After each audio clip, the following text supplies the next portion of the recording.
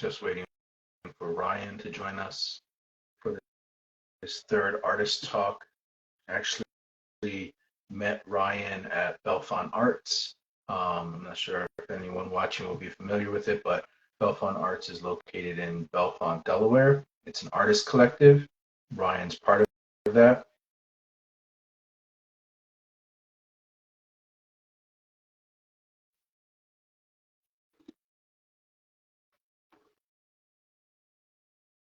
Just waiting for everything to go through.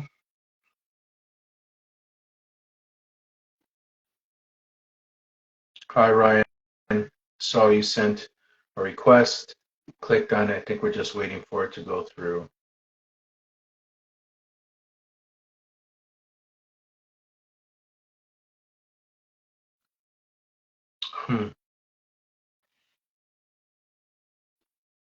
I'm gonna send an invitation to you. See if that will work. Help us with the process.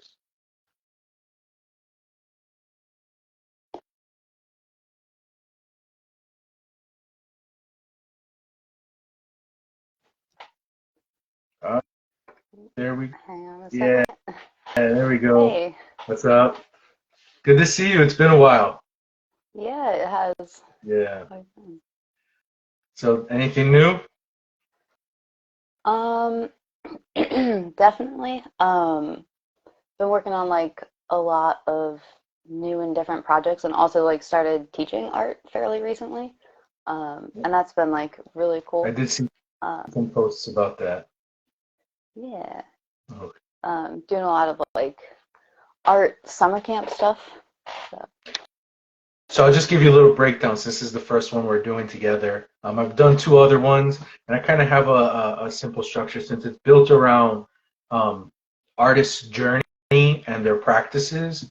So the kind of conversation goes around there because I think we all do things a little different, and we can all learn from each other, take things from one another, and kind of learn in that way, and also kind of maybe even sometimes come to terms with our own practice, because sometimes we do things a particular way and we think it's weird till we hear how someone else does it and we're like, oh, okay, it's good, I'm good.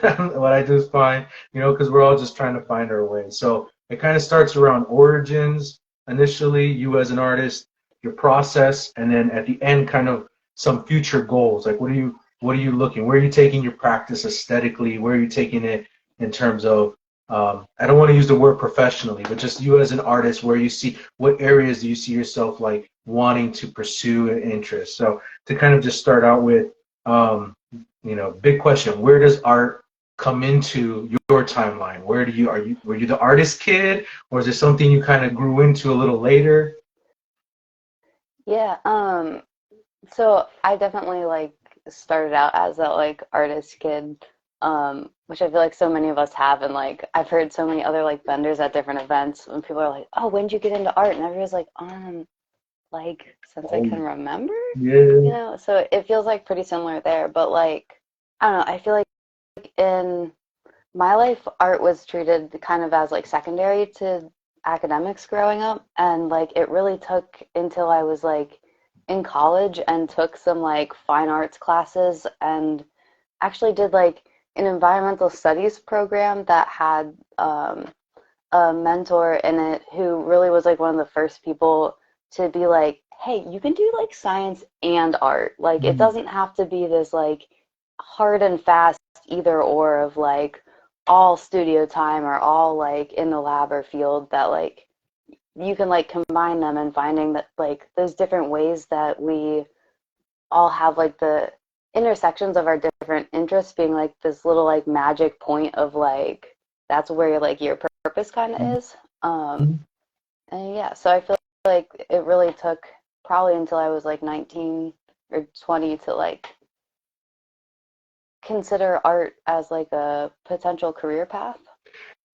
And so you kind of brought up something that I was kind of going to go in anyways from my experience of observing some of your art, and that was the mention of this environmental studies class, right? In my experience, there definitely seems to be this kind of environmentally conscious philosophy in some sense underpinning some of your artwork. And can you maybe expound upon that a little bit more about how it influences your choice of media, how it influences your practice? Yeah, for sure. So, I, I definitely find, I think, as like part of my arts practice, like different like rules almost kind of, instead of like boxing me in, it's kind of like here's a set of like parameters and you have to figure out how to make something like really cool within this like set. Um, and for me, that's like a lot of like reusing materials, or I guess like upcycling kind of stuff. Um, Creating instead your of, own pigments, right? Creating your yeah, own so then dye. like my more like fine art side of stuff, like these like wall hangings and like canvas paintings and stuff, I've been like making natural dyes, which has been like a really cool combination of that like science and art for me, where there's so many chemical reactions going on that a lot of times it's hard to like pinpoint exactly what's happening to make something be a certain color, but um, there's like a whole lot of experimentation and like having that background of like how to actually like set up an experiment and like test out a bunch of different variables, from like dye times to what plants you're using to like what the pH of the water is that you're adding in, like all of those things being like different factors that affect like how something shows up in like work that you make. It has been like really cool and fun. But yeah, I definitely strive for like a lower, definitely not like zero waste art practice, because I feel like that in general is probably not possible or exceedingly difficult. Especially I guess with the emphasis of a lot of art like trying to be like archival almost, so it'll be around for a long time, and a lot of Mhm. natural products like degrade pretty fast. Um, but yeah, it's definitely been uh, an interesting time. A lot of learning, finding like what balance feels good for me between like, your classic fine art supplies and then like lower impact things. So conceptually, does that become part of your art?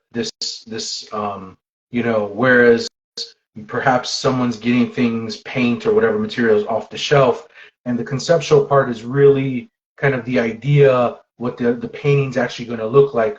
Is it fair to say that you constructing, because that's a good deal of time to spend making your own materials or making, does that then become part of the story of the work that you're trying to tell, that it's not just what you make, what you drew, what you painted, but that process as well?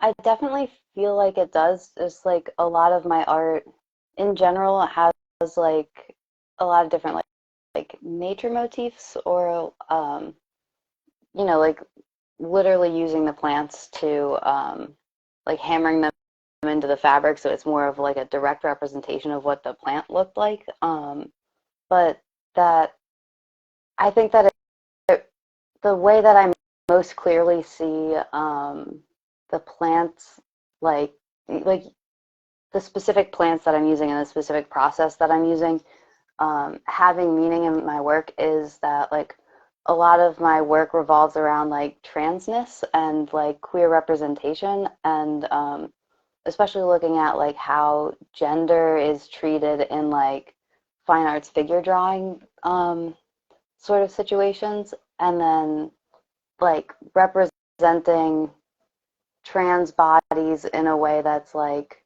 beautiful and respectful. And then like also incorporating these like natural elements kind of like brings to the, I guess like it brings my art into the conversation of like transness is natural and has always been a part of being human, and like a rigid gender binary doesn't exist in nature the way that like popular culture tends to conceive that it does. Mm-hmm. And I that's one of the ways that I see like the materials I use adding that meaning to my work. Wow, Thank you for sharing that. Yeah, that's an added layer of meaning that is really significant, I think, for kind of understanding the mediums you're using.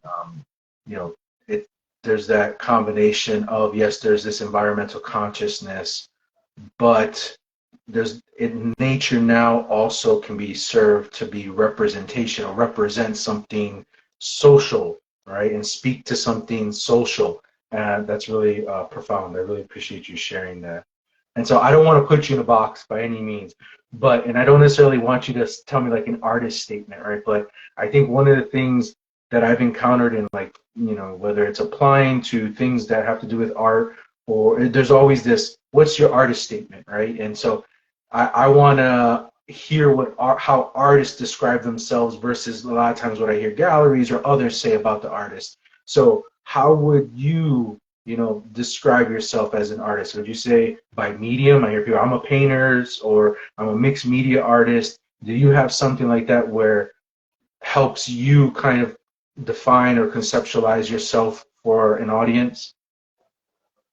Yeah, I've definitely done a lot of that, like applying to things and figuring out like what aspects of like your creativity you want to be like the main focus. And I think that at least right now, I've been starting a lot of my artist statements with kind of being like a mixed media and fiber artist, like first, I guess, like as like the first part of like identity involved in the artist statement. And but then I do like pretty quickly tie that into like gender and disability, because I do have like multiple chronic illnesses that definitely impact like my capacity for like holding down a 9 to 5 and like creating art some of the time.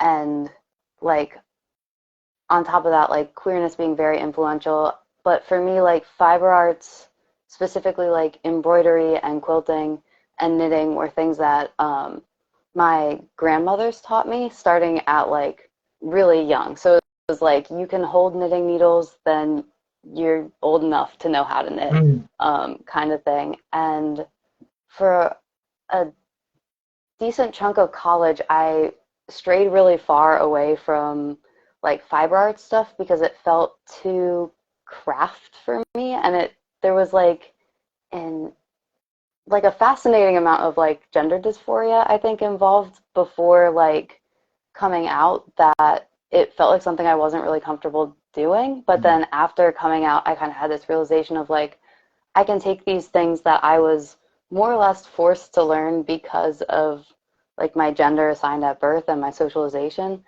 but then use them to make work that is like representative of queer people and trans people and like the amount of diversity that exists in the world. And I think also when like as an adult, I've been more interested in diving into like the art history aspects of like fiber arts and how it is still seen as like women's craft, even when you're Mm. like looking into the history now. But that like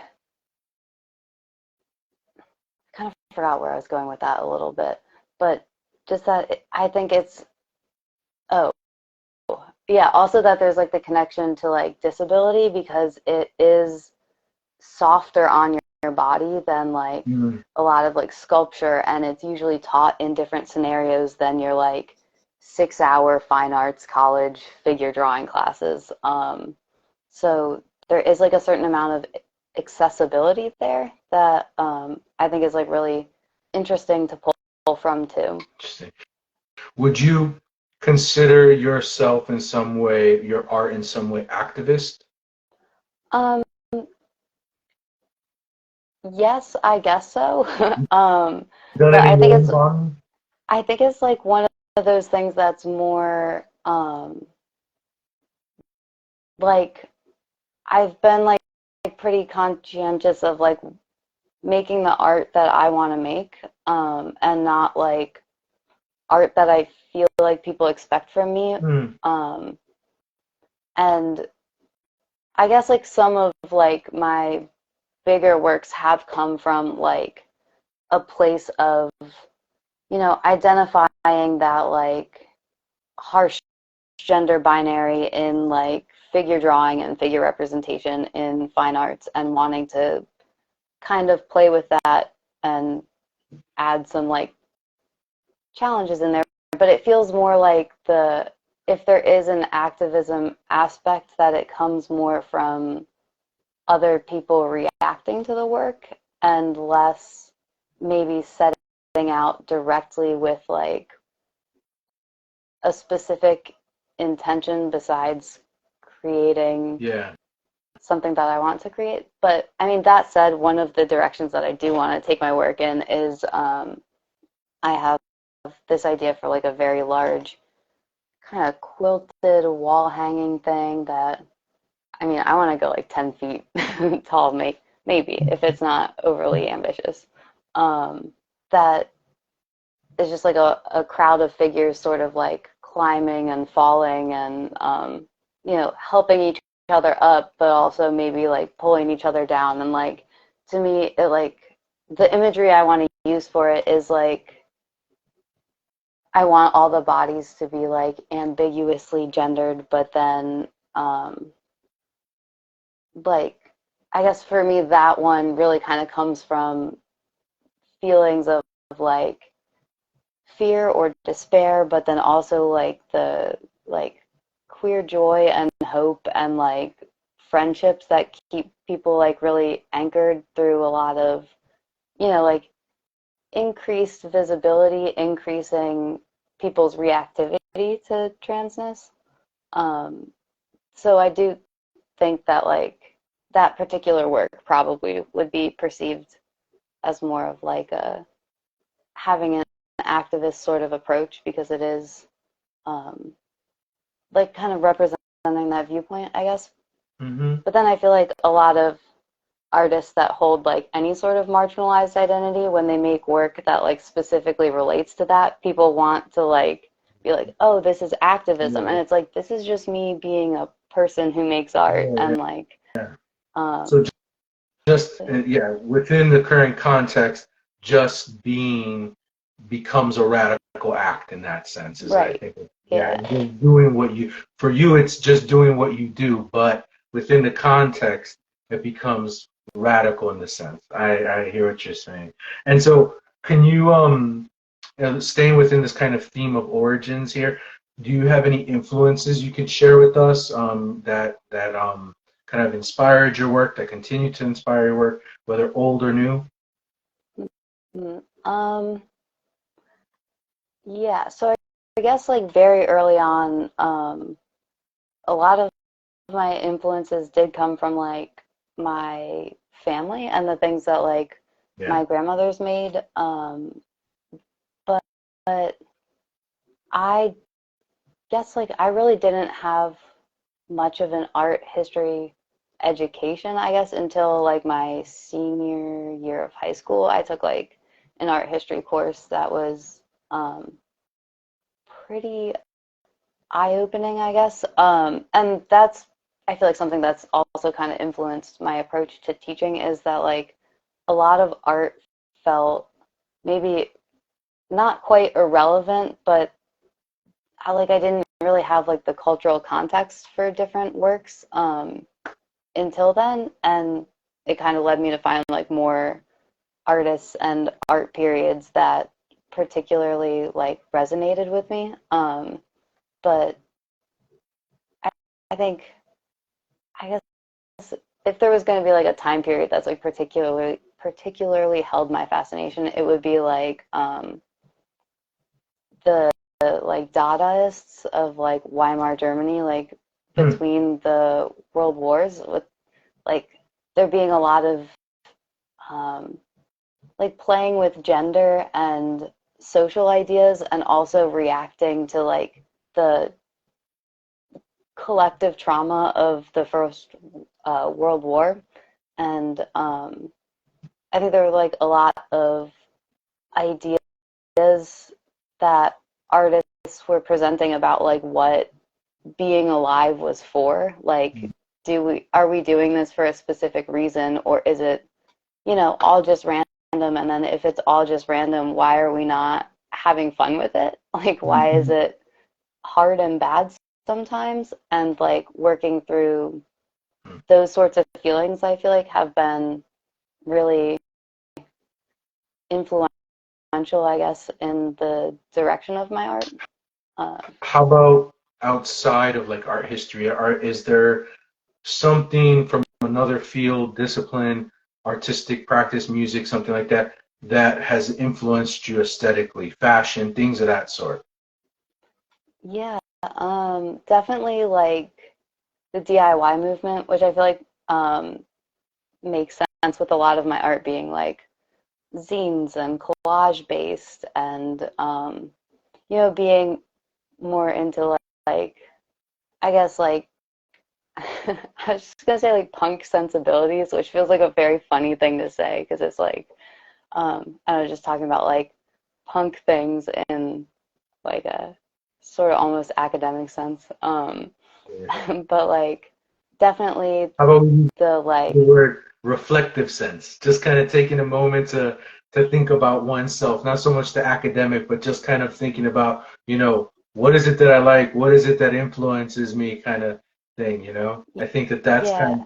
that's what I hope to do with this is, so often, if I may interrupt you, I apologize, but that we're kind of told what art is, and a lot of times one of the things I struggle with is how often in certain settings the people judging artists are not necessarily artists themselves and may not have an art practice themselves, but they're determining opportunities and chances and things of that sort.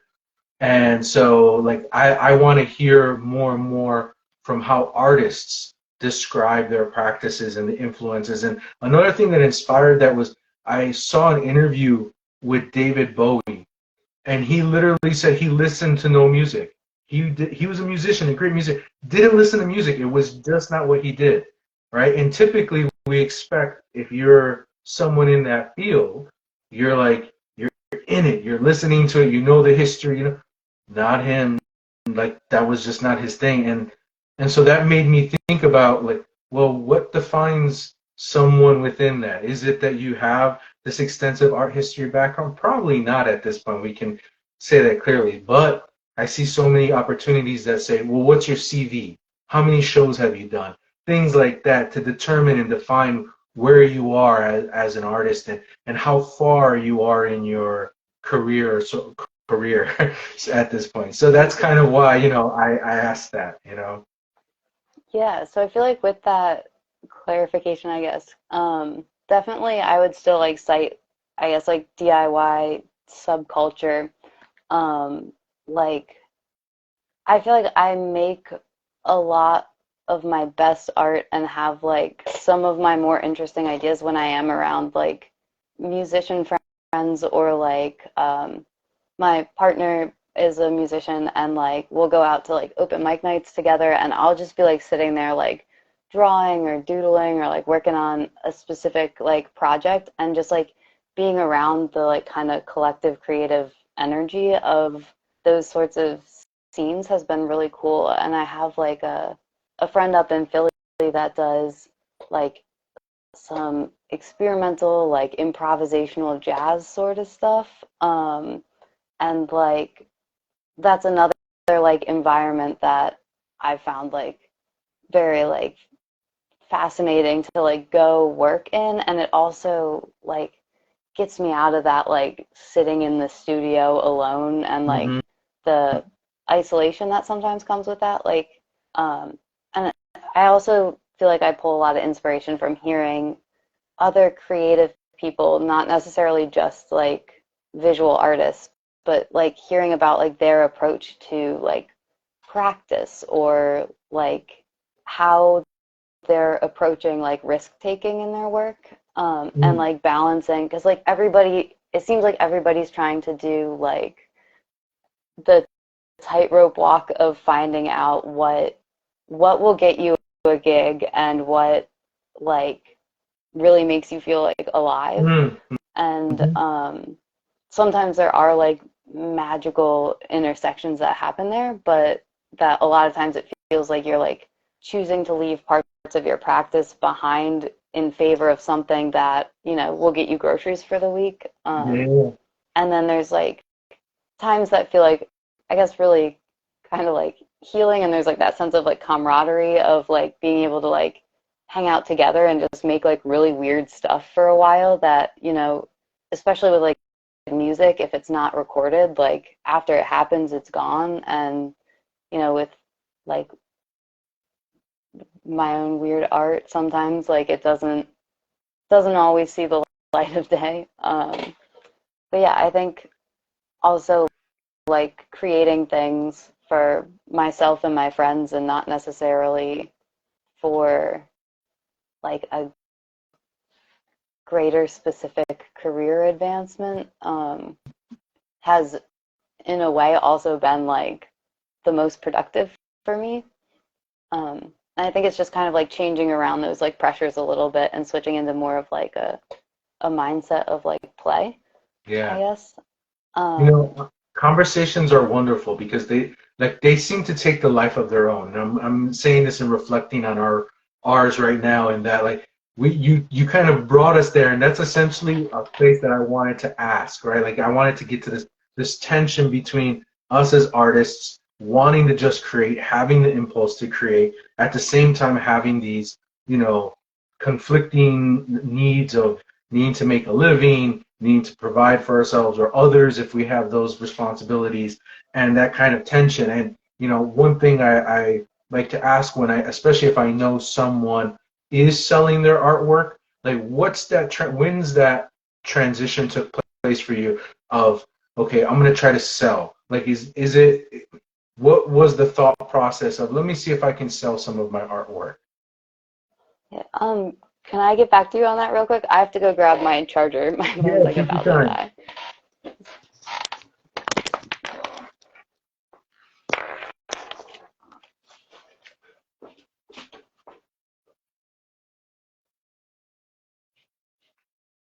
We're taking a brief intermission. Ryan needs to get a charger.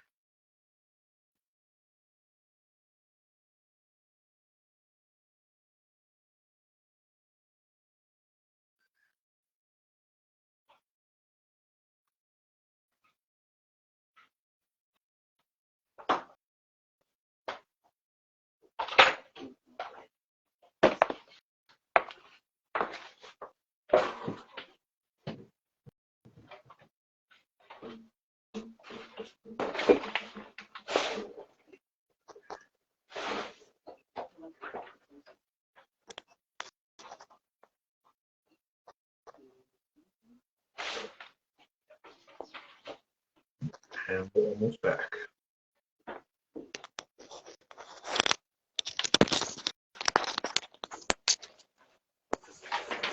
There we All go. right. Let's see. So the question was like about Yeah, the like, that when do you decide to kind of step into that tension of, okay, you know, I'm going to try to sell my work. And there's some things that come along with that, some trade-offs, like you were just mentioning about, you know, musicians as an example, trying to get that next gig versus wanting to be able to experiment, play, and make their own kind of music, and how there's kind of a tension. And visual artists encounter the same, crafters encounter the same kind of thing. Anyone who's making stuff to sell encounters that, I think, to some extent. So when did you step into that, and kind of what was the thought a little bit about I'm gonna try to sell my artwork? so I think like the first time I ever like sold my art was um, back like in college. I went to New College of Florida, and we would have these like um, little like mini like festival kind of things, but there was usually like they'd invite artists to like table for stuff. And at the time I had been like taking some studio classes, and honestly just didn't want to take all the canvases I had painted back all the way to Delaware with me for the summer. So I like had a bunch out there, and actually like really liked, I don't know, just like, I guess the like actual interactions of like selling my art were like different than how I thought they were going to be, when it's like people who were like friends or acquaintances, like seeing things that I had been like, spending hours working on alone to like get good enough at, and then have them be like just very excited to be able to have like a part of that they could, put into their dorms or their homes. And like, I guess it kind of made me feel like art, it sounds like silly because like of course art is important, but like that people having like being surrounded by things that bring them like joy and comfort are like genuinely important, and Mm-hmm. that it's not necessarily as like silly or self-indulgent as I felt like it was. But then my shift into like professional, closer to full-time, like art sales happened in, God, I don't honestly remember specifically, but I do think it was, I didn't really do in-person events until post-pandemic. So I like graduated in like 2019, and then was like moved back up here and kind of bounced around between a couple of jobs. But at the time, like my chronic illnesses were like really flaring, and I didn't really have them under control enough to be able to like work a full-time job. And so like making art was like a thing that I could consistently do, or found myself consistently like wanting to do. So it felt, I guess, like a little bit out of necessity, but also sort of like out of, I don't know, an urge to be able to like have a a job that I really genuinely enjoyed, and that didn't feel like it made me like more sick to do. Um, and then like since then, I've had like a couple of different like part-time things here and there. But my primary focus has definitely been on art. So because of your experience, where with your first sales experience with friends and stuff, have you been able to reframe it in a way where the financial exchange is not as problematic because it's kind of seen as, almost like a vote of confidence in that sense in you, and that you're providing this type of value to those people who are, as you mentioned, comfort, and that is so interesting that you said that, because it reminded me of a video I saw of Ethan Hawke, the actor, and he talks about how people take art for granted until really key moments in their life, and some piece of poetry or something that they watch or come across comforts them and makes them realize they're not alone in certain experiences. So I thought that was an interesting way to kind of present it. And so, that art does provide that value. Is that allowed for you to address within our capitalist kind of system and having to exchange for money? Has that given you some solace or peace in being someone who pursues selling their artwork? I think so. And like, I think also something that's made me more comfortable with like the specific monetary exchange is like talking to other artists and figuring out like sort of that everybody pretty much has their own like pricing formulas and things that they work out, of like figuring out how much time they're spending on something and how much like certain materials are costing them, and then like the expense of being alive and figuring out how to like factor that in. um and like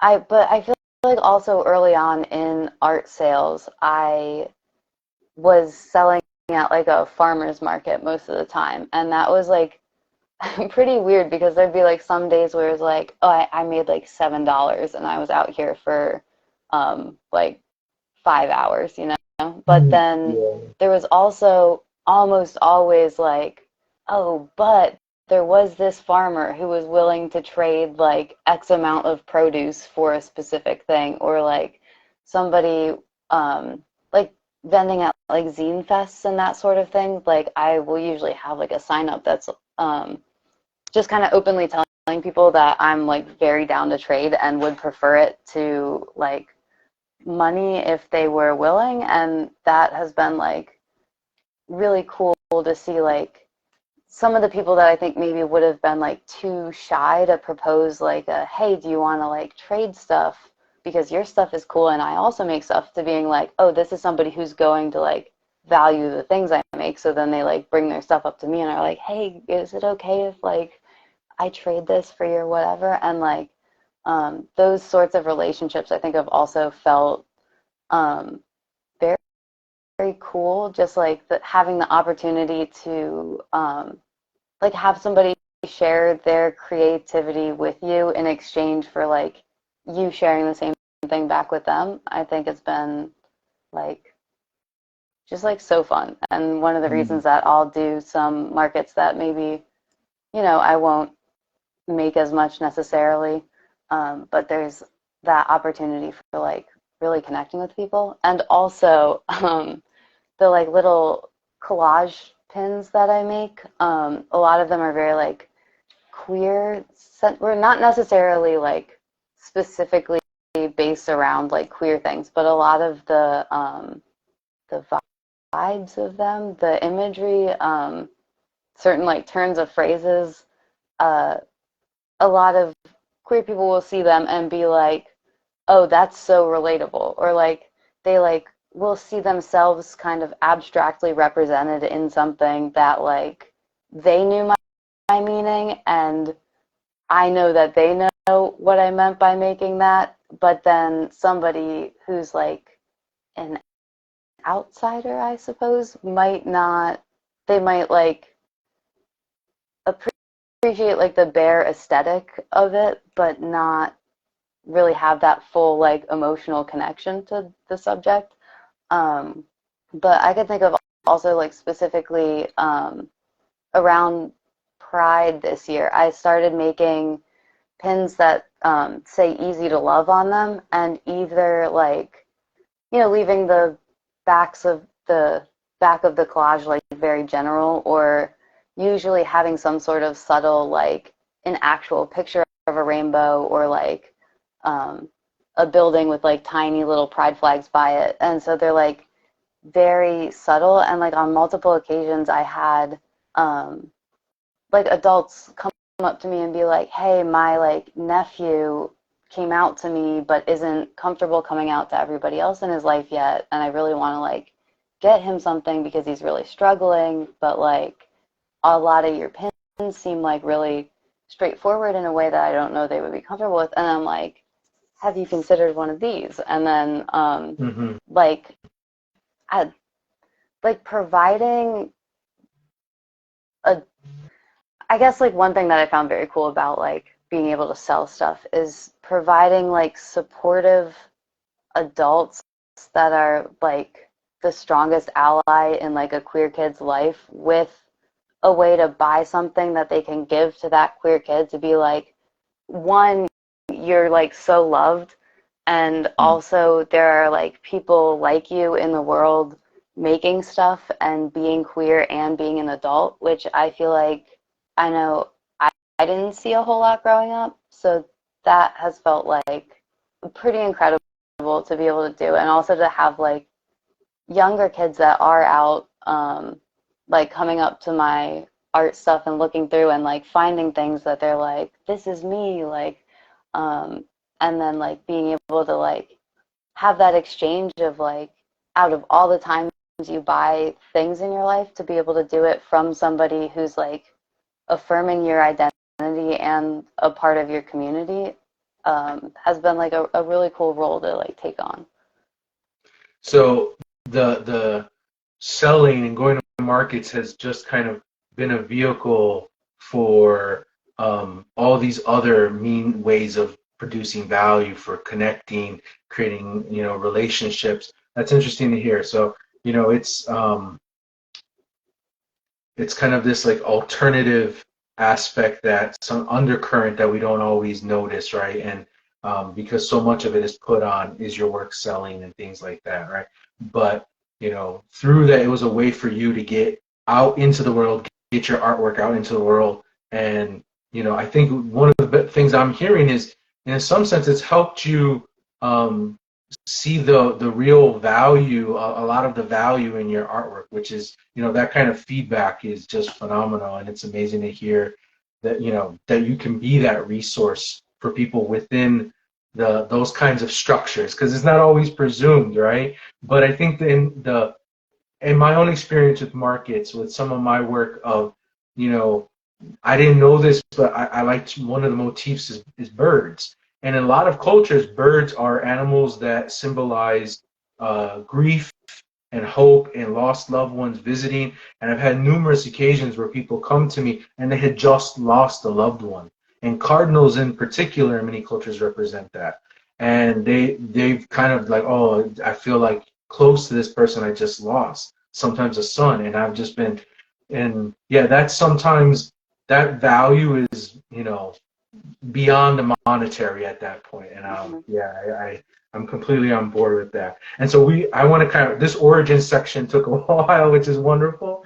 But I know our time, with the way the lives work, they kind of have you on a time limit. So I'm going to try to move along here to process, which we've kind of touched on some, but I'm interested to know, having some familiarity with your work, how do you kind of start a piece? Do you have an idea in mind, or do you just start, you know, putting things together, putting ink to canvas or fabric, cutting things up, or do you have, is it intuitive a little bit more, or do you have kind of a plan and structure in place before you do that? So I feel like a lot of it is pretty intuitive, or I guess almost, I guess deceptively intuitive might be a good way to describe it, because like to do like the wall hanging pieces that I've made of, like, you know, like specific painted figures, those are like, there's like hours and hours and hours of like figure drawing practice that happens like in the background, to be able to like relatively spontaneously put together like a figure, and then have it be like proportional and accurate and all those things, and then to like do the composition with like plants and stuff within those, and then I think with like a lot of my zines, I might get an idea and just be like, a lot of them are like mini zines, so they're like 8 tiny little pages, and I'm like, I should just make that. Like, even if it turns out bad and I don't like it, I should just like start doing it and see what happens. So a lot of times, I guess there's an initial sort of like spark of an idea, but there's other times where I'm like flipping through and I like make a rule of like, I can make a zine, but it has to be all from this one specific magazine. So then I find myself playing a lot with like different images and textures and ways of, you know, using print media to construct new things that either look very aesthetically pleasing or have like more specific meaning to them. And I find that like those limitations sometimes really push me to like experiment. Um, yeah. You kind of sometimes set yourself your own brief, and you set this criteria, and then you kind of try not to deviate from that, right? Yeah. Yeah, that's interesting. So I've heard illustrators actually do something similar, where they'll create a kind of, especially if they don't have their own job yet, they'll create a brief, like, I'm gonna do a book cover, but I can only do it with like 2 colors, and I can only use certain shapes and lines, and then try to replicate something. So that's I think a very creative way, because I found myself sometimes, when you have too many options, you don't even know where to get started, or you know, you're trying to throw everything at the canvas or the wall, and it doesn't get you anywhere. So I like that idea of setting yourself constraints. And then so I'm going to kind of end here, because our time's getting away from us, with kind of big picture for you with your growth, your goals. What are some goals like artistically, aesthetically, even maybe, I don't want to use the, I'm hesitant with the word professionally, but I think you kind of know where I mean, like some, a gallery show that you're looking to do, some sort of live painting session. I know you're doing the art teaching. Is that something you're looking to move further into? Yeah, so I'm definitely like I'll be started this as like a summer camp sort of job, but I will be like teaching regular classes, and I think also a big part of the motivation to do that did come from like those moments of like meeting a lot of kids that maybe never had like an openly queer teacher. And I know that a lot of times and in a lot of states it's a frowned upon thing, but like for me, when I'm introducing myself to my students, I'm like, hi, I'm Ryan. I use they them pronouns. If it's like really weird to not call me like Mr. or Mrs., you can call me like Teacher Ryan. And I've had like, some kids are like confused or like a little like not sure what to do with the information, but like I guess it feels really cool, and I guess career-wise satisfying to be able to like have a work environment where me being myself is supported, and then also having kids be able to see somebody, like filling a mentor role and like being alive and happy and an adult. Because I think especially for like middle school kids, a lot of them are like really going through it, and Mhm. it's been really cool to be able to like work with them on different projects where they're doing like self-expression things. But I've also been like applying to different like art residencies and things.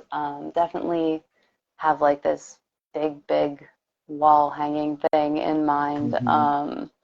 that I definitely want to work on, but it feels like without like a residency specifically to focus on it, it's been a little bit of like slowly chipping away towards it, like slowly moving in that direction. But like I guess outside of that, it's been, or I guess I'm looking forward to a lot of, you know, um, markets, zine festivals, making pins and patches and zines and things, and just kind of keeping working. I am doing like a live painting thing in September in Philly, and I'll have like more information about that out like later, I guess. But that's like something that I'm also like really excited about.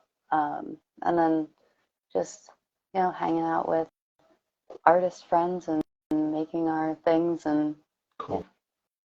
If you're on this right now, please follow Ryan, so you can keep up with the things Ryan's doing.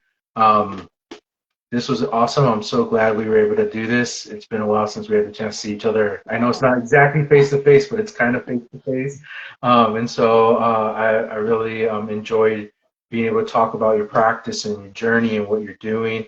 And I look forward to seeing and following and hearing so much more.